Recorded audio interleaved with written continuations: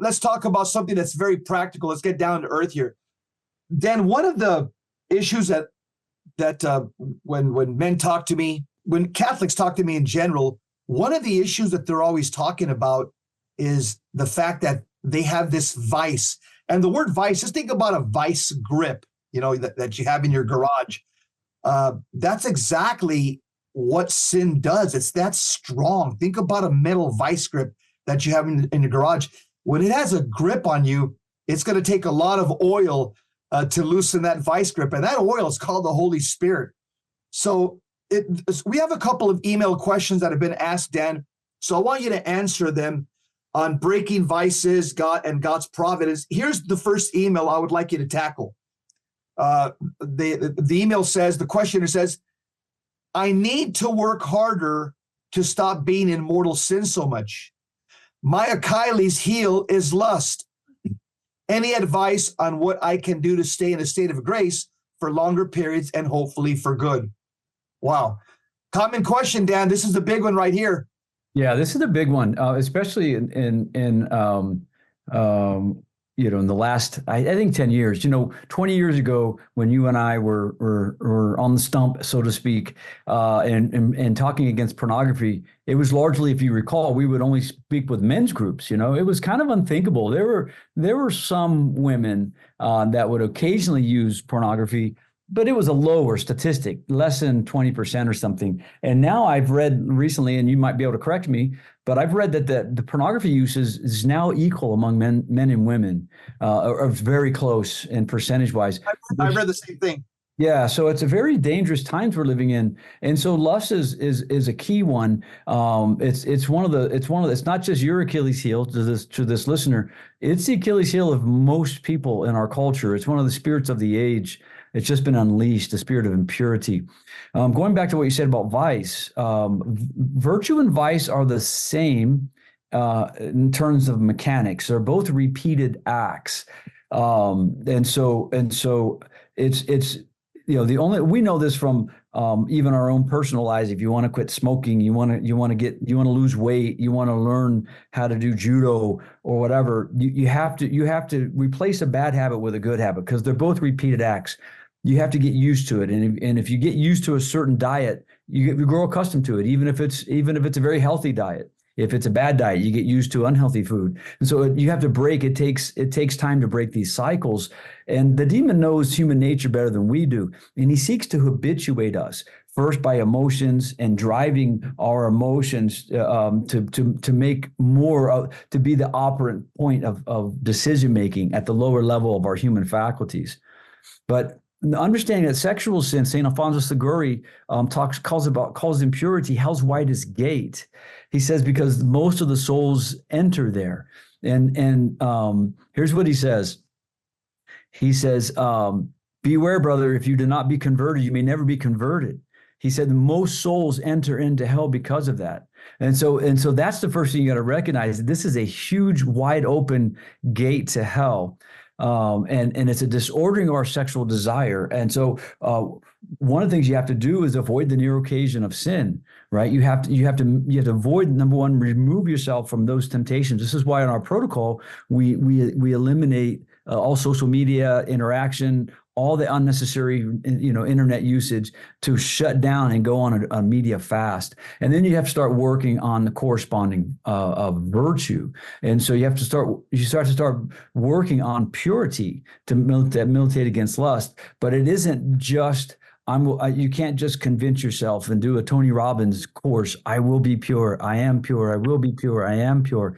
You have to militate with your body. And so I've had people email us and they've done the 30-day prayer prescription. And they've told me, I realized after 30 days, I was liberated from an addiction to pornography that I've struggled with my whole life or since I was a teenager. And they're recognizing that you have to do battle. This is not just a battle of the mind. It's also engaging with the body. And so purifying the memory, purifying the imagination, all that takes time. And the best way to do that, we're embodied souls. We're spirits that have bodies. And so you have to militate back with your body. As Jesus told the disciples, this type only comes out through prayer and fasting. So there are certain types of demons that you must militate against with your body. And Exodus 90 is another excellent program that men have discovered that work to battle against impurity. Yeah. Also, Dan, I would add that the primary and the ordinary means of obtaining grace to fight these impurities are the sacraments. It isn't going to a prayer group and having, Susan from Parish Council lay hands on you. That's thanks for bringing that up, because that's actually the first thing. Take it to the confessional. You can do all sorts of tactics and prayers, but remember what Father Amor says: one good confession is worth 100 exorcisms. This is a guy that can. How many has he said that he's 50,000 exorcisms in the course of his career? 30 years. 30. One good confession, and so you have to do battle at that level because you confess it, and you get the grace from the sacrament to strengthen you and to weaken its chains over you. And then you still got to keep working on it. You still have to confess. You have to confess and weekly, right? And you got to do battle, beginning, of course, in the medicine box, as St. Thomas Aquinas calls it. Medicine box, I like that.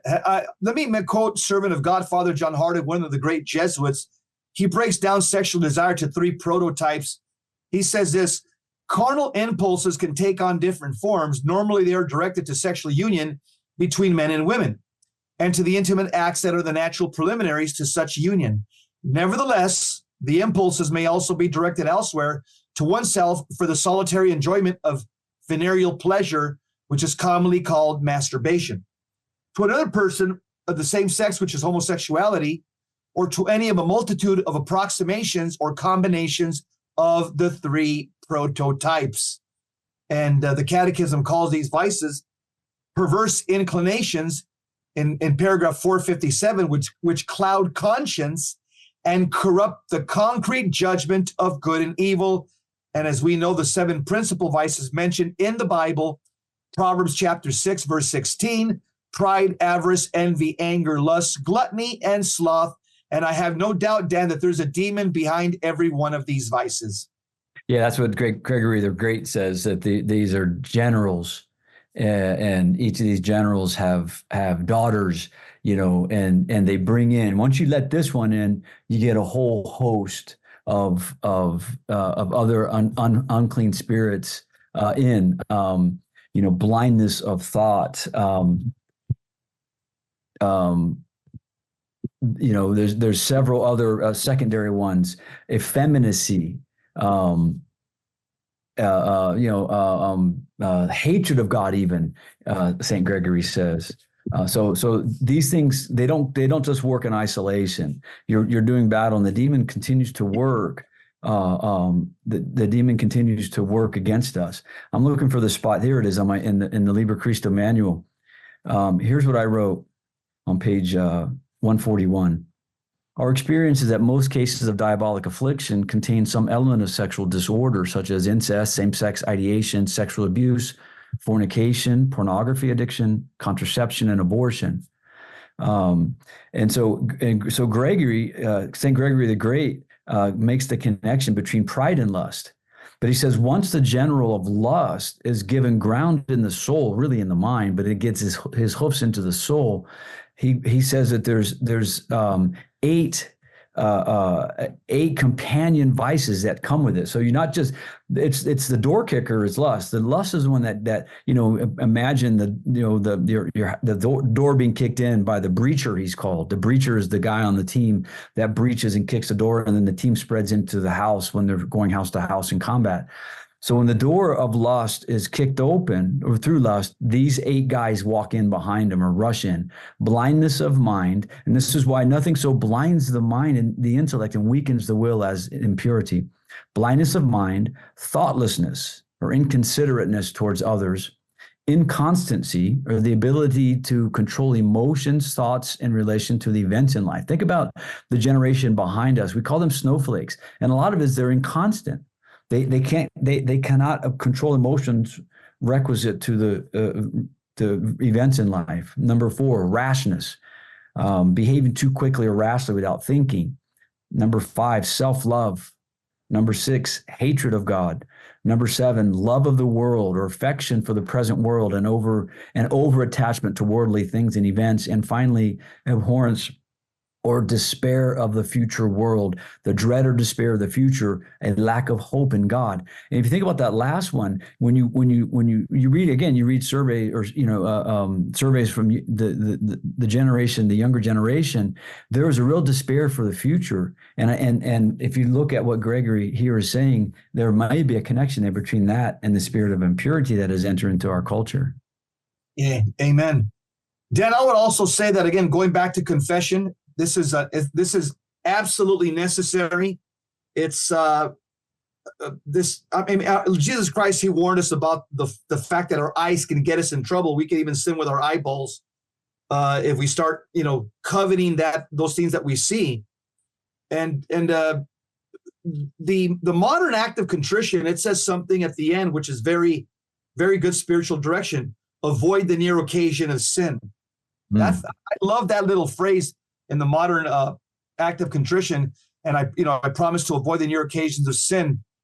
And I also like the fact that what Liber Crystal teaches, Dan, about praying to Our Lady of Sorrows, asking Our Lady of Sorrows to reveal to us any sins or vices or spirits that may be plaguing us individually or as a family. I shared this with a family here in, I won't get too specific, here in Maricopa County. They told me that things were happening in their house, what Hollywood would call haunted houses, what we would call, house infestation. And so they're practicing Catholics. They go to the same parish I do. I said, pray 9 days to Our Lady of Sorrows and ask her to reveal what is it in the house that's causing this preternatural activity. They told me that during their 9 days of prayer, they felt this impulse in their heart to say, go look at the attic, go look at the attic. So the man of the house, look at the attic. Where's this coming from? His wife said, yeah, God's telling me in my heart, just go look at the attic. He goes, I feel the same thing. Something's telling me to go look at the attic. Puts a ladder, goes up to the attic, opens it up. There's a Chucky doll in there. They're renting the house. They've been there for 2 years. There's a Chuck. I'll tell you more about it after. That's a great, yeah. It's amazing what happened. Stick around. Don't go anywhere.